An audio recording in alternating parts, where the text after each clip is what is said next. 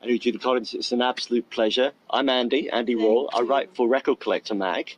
Fantastic. So we're a monthly music magazine. It's actually the longest running. Yes, I know the mag. That's great. I do. Everybody knows. It's released on the 2nd of March on Sony Music. And the first thing I wanted to say is that I love the quote from the New York Times to say that you are the ageless wild angel of pop. Do you feel like that? Yes, I do. It's quite accurate. So you don't feel your wings have been clipped? Oh, in any never, way? never.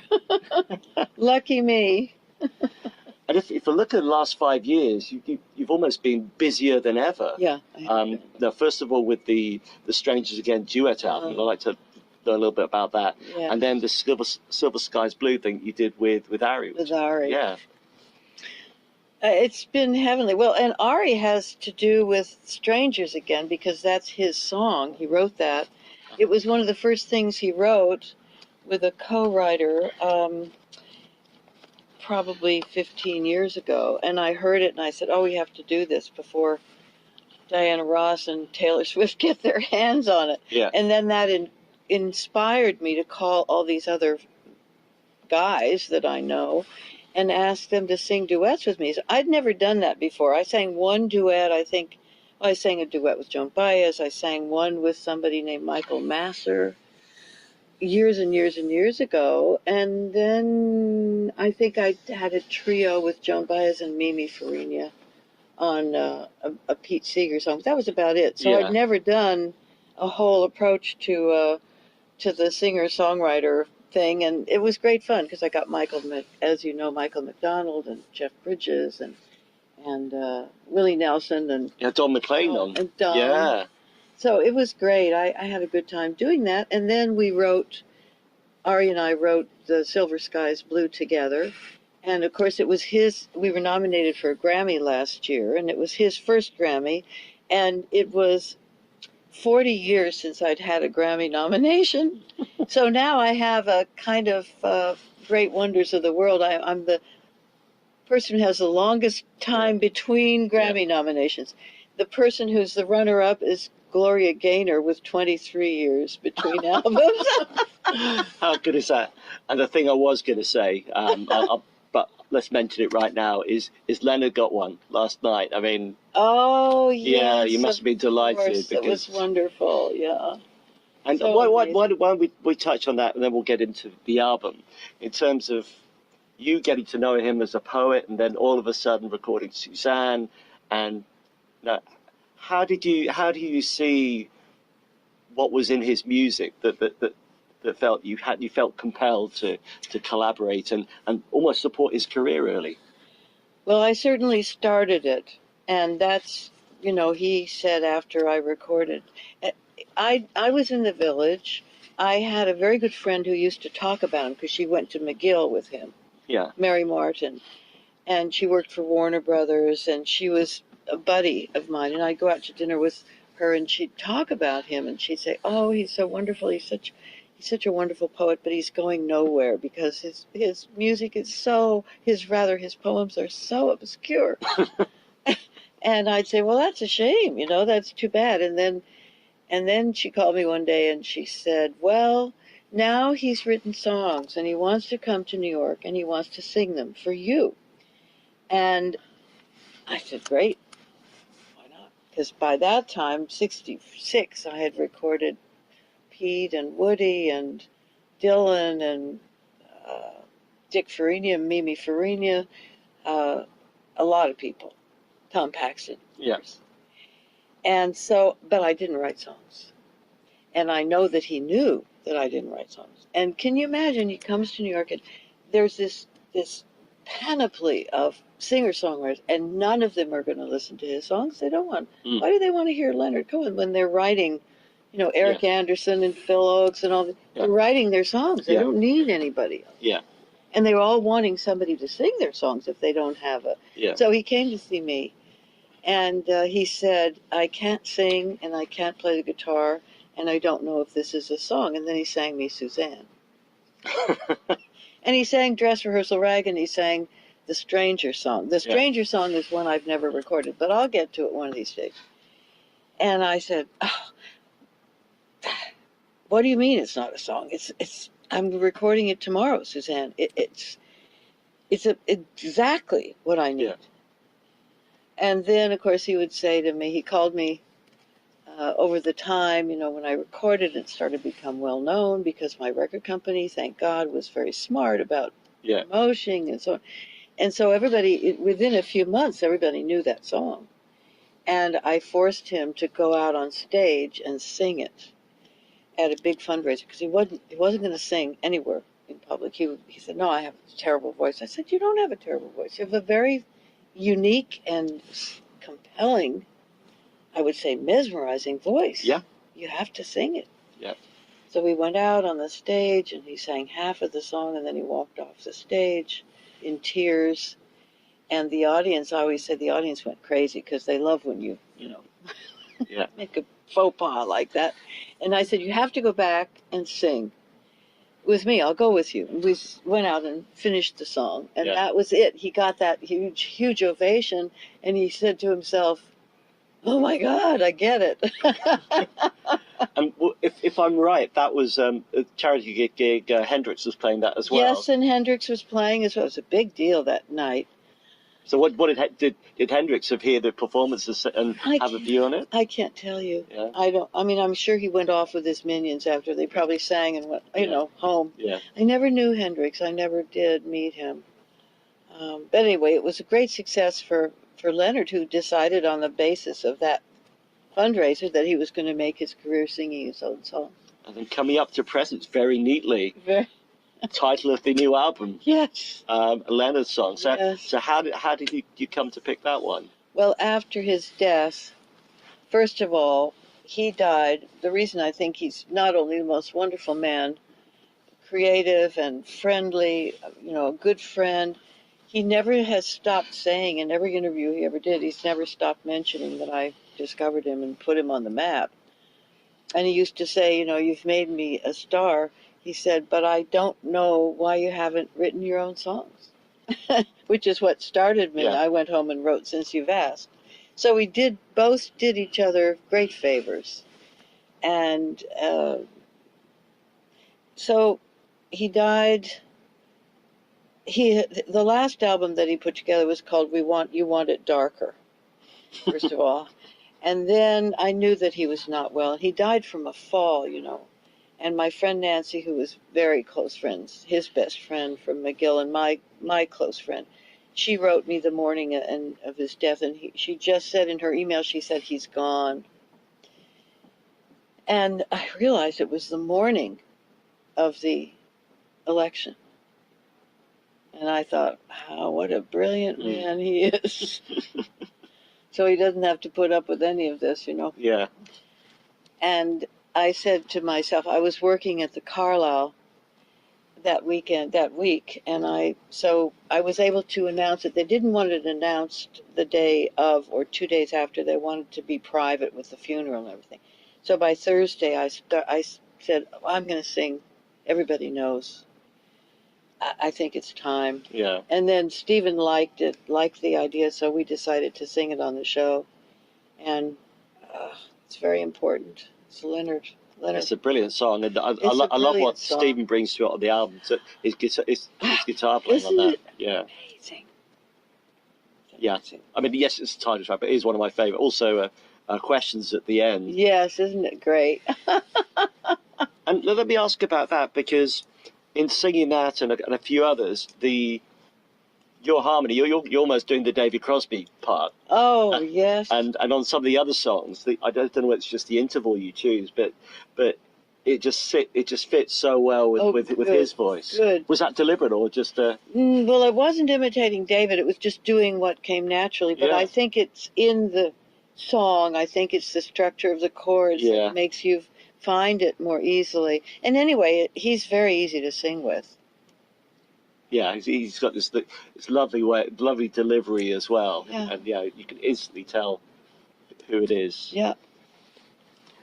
And though, if you look at the whole album, it's a collection of songs with kind of a theme. And I was going to ask, the spirit of the album, is it an ode to failed romance or celebration of an enduring friendship? Oh, interesting. Well, I would say that the latter. I think it's a celebration of a long friendship, and he always says that the reason we've been such good friends is because we married other people. And I think, I don't know, maybe that's true, but we certainly have stayed in touch with each other throughout the years. Yeah. And I think we really started with a musical friendship that was really the beginning, which is still there and has advanced our ability to have fun and enjoy the opportunity to work together. And did you remember the song Judy from back in the day? No. Or had you forgotten about it? He'd forgotten all about it. I never heard it until Just Roll Tape came out a few years ago. Yeah, I was shocked. Oh, there's another song about me. Yeah. I thought, oh, how funny. And conversely, had he forgotten about Houses, the one you did about yes, him? Because he didn't ever know it. He didn't know. He never heard it. Oh, really? He never heard it. And when he heard it, he said, "Oh my God, that was exactly what was going on with my life. Yeah. I had these houses. I traveled from one to another." And then kind of on another theme, going back to almost the New York Times quote, is the Sandy Denny song. The revisitation of that. That was so special, because he played so wonderfully on that, and we did that song on that album, and then it was recorded. We changed it a little bit to record it for a movie called The Subject Was Roses, which had what's his name, the actor who was in West Wing, and it had Patricia Neal. Martin Sheen. Martin Sheen, exactly. And so we re-recorded it for that album, and that was in New York. We'd recorded the original album in California, and then we came into the studio in New York to fix the ending for the movie. And that was when he sat in the studio after I was gone for the day and recorded all those songs, including Judy Blue Eyes and Helplessly Hoping. I mean, he has recently confessed that most of those songs in that period were written for me. I said, I knew it. I just didn't want to confront you with it. He said, I did everything I could think of to get you back. So let's call it the sweet song. Yeah. I read that he said that he preferred the demo version rather than the final version. Yeah. Did you hear the demo version, and were there elements of that you thought were missing in the final version? No, I liked, when Just Roll Tape came out, of course that's on the tape. The way he sang it to me, he came to see me in May of 1969 when we were on the edge of falling apart. Yeah. And he sang it to me at my hotel. It was my birthday on the 1st of May. So he brought me a present. He brought me a beautiful guitar, and then he sang me that song, and I was just, I couldn't believe it. I said, no, how can you? Yeah. I said, it's not going to get me back, but oh, what a song. And then I had a boyfriend a few years ago. Well, I've been together with my husband for 40 years, so it was maybe 45 years ago. Make sure we get this right. Yes, I have to get it right now, because I got together with this guy in 1974, and I was with him for 4 years, and he called me when he found out that I was going to tour with Stephen, and he said, or he emailed me, and he said, when I found that out, I thought I must be drunk. And he said, do you remember sitting with me in a cab and pretending that you didn't hear Sweet Judy Blue Eyes on the radio? Because I would be, every time I would hear it, I would go, I couldn't believe I was hearing it. Because I was then, of course, very mixed about, what did you do? You left this wonderful guy? Yeah. So it worked in a lot of ways, in spite of me. So there's a collection of songs with this common theme. At any point, was there the thoughts about, or maybe this is the next step, of actually sitting down and collaborating, writing material together?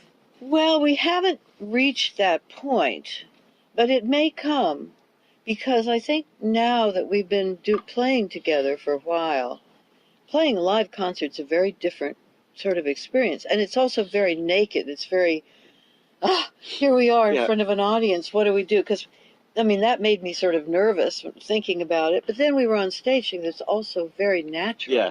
We wanted to know how we would handle being on stage together. So about 4 years ago, maybe 3 years ago, we did a program in Los Angeles at the Saban Theater. We didn't do any singing, but we sat down and talked. Yeah.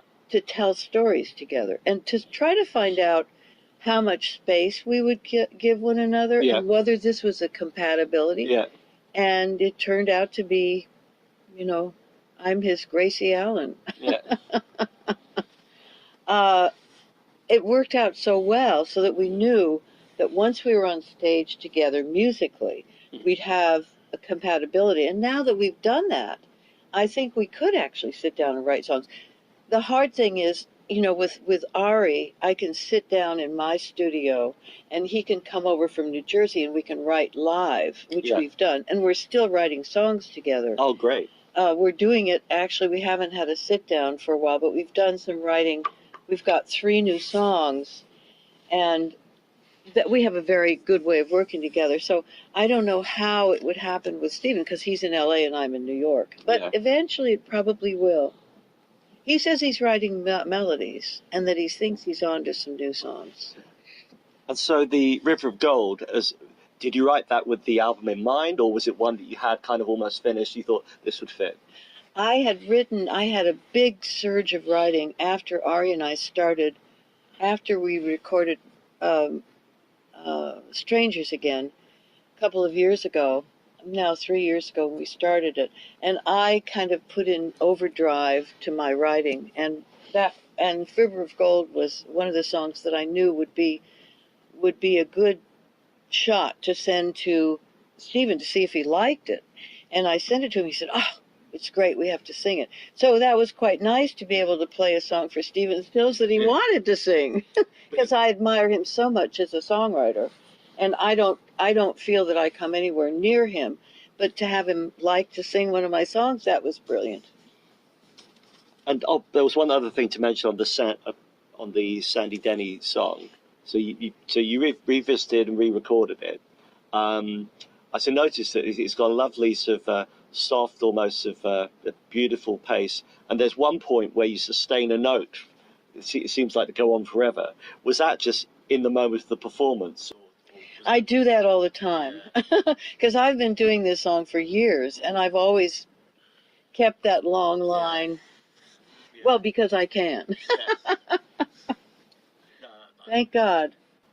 I think when people listen to it, they go, is that really a new recording? Because it's got that lovely quality that people associate you with. Thank you.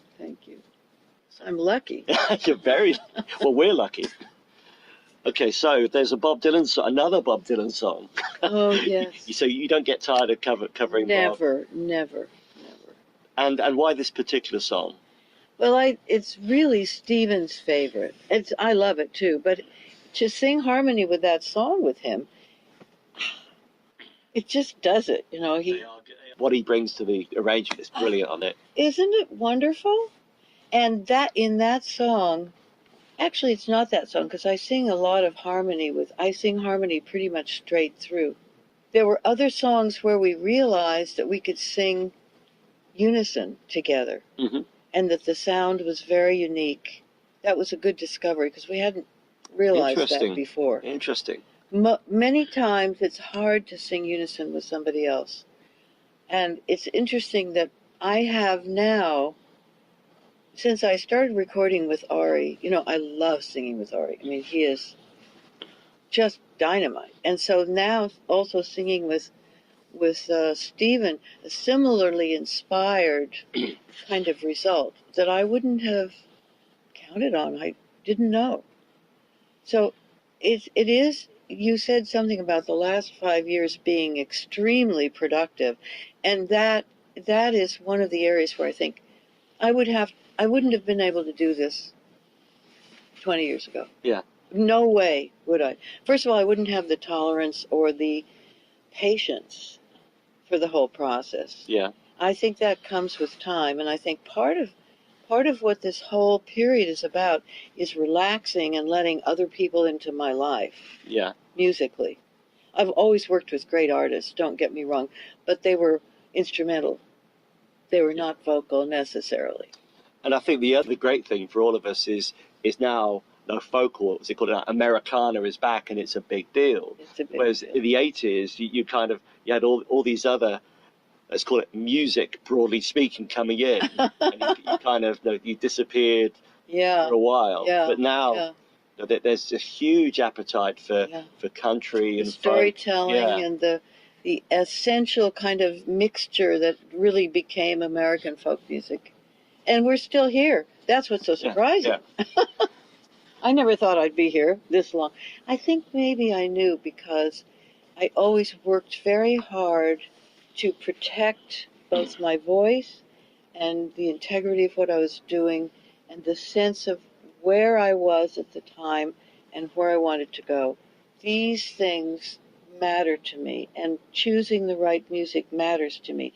And I know that my basis for choosing songs is very simple. If I love it, if I fall in love with it, I'll do it. If not, I never want to hear it again. Because if I look at some of can't remember which album it was on, you did a version of Only You by Yazoo, which is like electronic. I mean, I love the song and the vocal, but you were shocked. It's like, really? Yeah. I was pleased, but I was also shocked. I need to ask you. Yeah. Well, I was doing an album with Dave Grusin, and Dave Grusin said, I think you might like this song, and I did like it. I like electronic things.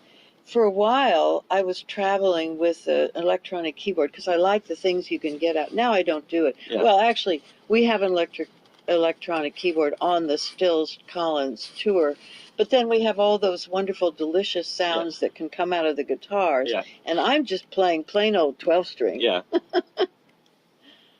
So Only You, yes. We swore it would be a hit, and by God, it wasn't. That's funny.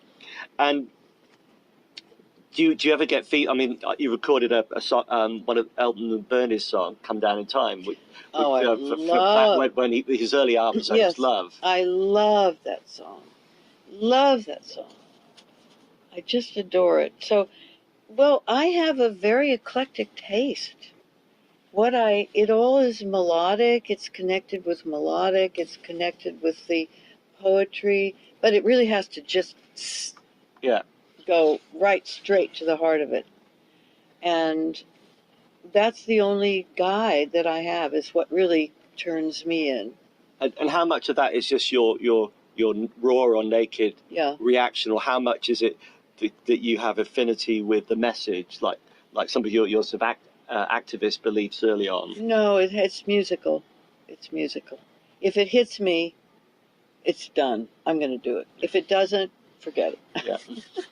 So say it hits you like a tambourine, which brings us on. That's right. The Bob Dylan and Mr. Tambourine Man. So we want to find out about how the song was put together. Did he finish it at your place? Oh, that's two stories, which is interesting.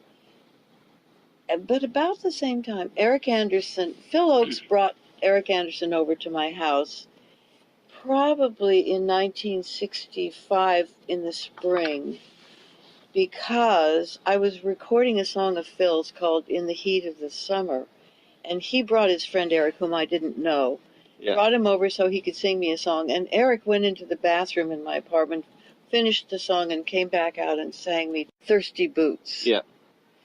And said, here it is. And I said, oh, great. He sang it to me, and I said, I'm going to record it tomorrow, and that was it. Tambourine Man, I was, in 1963, I'd already recorded The Lonesome Death of Hattie Carroll and Masters of War and a couple of other songs of Dylan's. And I was invited to go to a party in Woodstock, which was at Albert Grossman's house. And it was a party where Bobby was there, Bobby Dylan was there, and Susie Rodolo was there. And I went to the party, and we had a big evening of song and food and what else, I don't know. Everybody got kind of loaded. I was drinking a lot. And I went to sleep, and then I heard this voice coming up the stairs. So I went downstairs, and I sat in front of this closed door, and I was sitting on the bottom of the steps, and the door was right in front of me, and I listened to him write Tambourine Man over, and for about 2 hours I sat there and listened to it. And so I sing it now in concert, and it's just an amazing song. It's an amazing song. Oh, I love his work. I love the early work, really. Although he did continue to write some very wonderful songs. He sees it as a 10-year period where he wrote those extraordinary songs and then it just stopped. Yeah. But there were other things afterwards. I don't know. I haven't seen him in a while. I haven't seen him perform live in a while. But he's a genius. There's no question. And in terms of your early skill as a pianist and leaving that to one side, I mean, there's a story about your teacher coming to you at the gig. Yeah. But is that do you still play for pleasure? Yeah. Oh, well, I practice all the time, and I write everything on the piano. I think I may have written 2 songs on the guitar in 50 years, but everything else is on the piano, and I have to keep practicing all the time. So my early training is still with me. You're well known for covering other people's songs, but often it's been before they'd actually recorded it. Yes. But of the songs you're really well associated, whether it's Both Sides Now or Send in the Clowns, do you have a favourite rendition by someone else? For example, Frank Sinatra, Send in the Clowns? I don't like his version. But that's nothing, I mean, it means nothing, really. I don't really look around and listen to those songs by other people. In fact, probably I haven't heard anybody sing Both Sides Now but me. I don't think so. Maybe I've heard Joni sing it, of course. Yeah.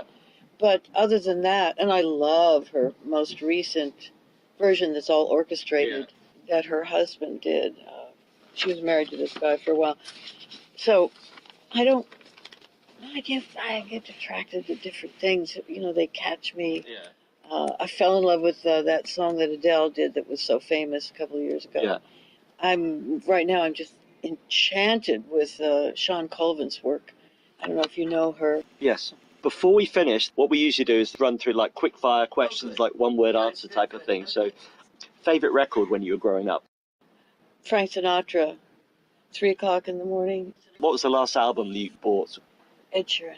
And was it a record or performance that inspired you to do what you started doing? Joe Stafford, singing Barbara Allen. If you're at your house and you're organising a listening party or a get-together, is there a record you put on to set the tone for the evening? Yes, Jacques Brel, Amsterdam. And of all the people you work with, collaborated with, who's taught you the most? I think Ari Hest. I've learned a lot from so many people, but I think it's from Ari because it has to do with the writing, and I never had a writing partner before. I never had a steady singing partner before. And it's a real, I earned it. Do you collect music yourself? Do you have like an array of records at home? I do. I have, oh my God, so many records, so many CDs, so many. I keep my vinyls. I have all my vinyls. I've got all the early folk things. I've got the Clancy Brothers and all the, the sea songs from England and Ireland and Scotland. I mean, I have the Bulgarian singers. I have all the Nonesuch records that were made in the 60s and 70s. Any albums that you'd revisit or change? You've done? That I've done? Yeah. No. Everything that I've done is important to me in some phase of my development, so I wouldn't change it. Is there a myth about you that where you'd like to set the record straight? Oh, my father was not a disc jockey. He never played. He always played and sang his own songs. He was brilliant. And is there anything about you that would surprise people? I am an addict to reading. I'm a reader. I read mysteries and history. And the man who wrote Hamilton, Ron Chernow, is a close friend. Here's the last one. Is there a question that you wish people would stop asking you? Where are you going next? Judy, it's been an absolute pleasure. Thank you so much for your time. Thank you It's so been brilliant. much. God Thank you. bless. Wonderful interview. Brilliant. Thank you. Thank you so much.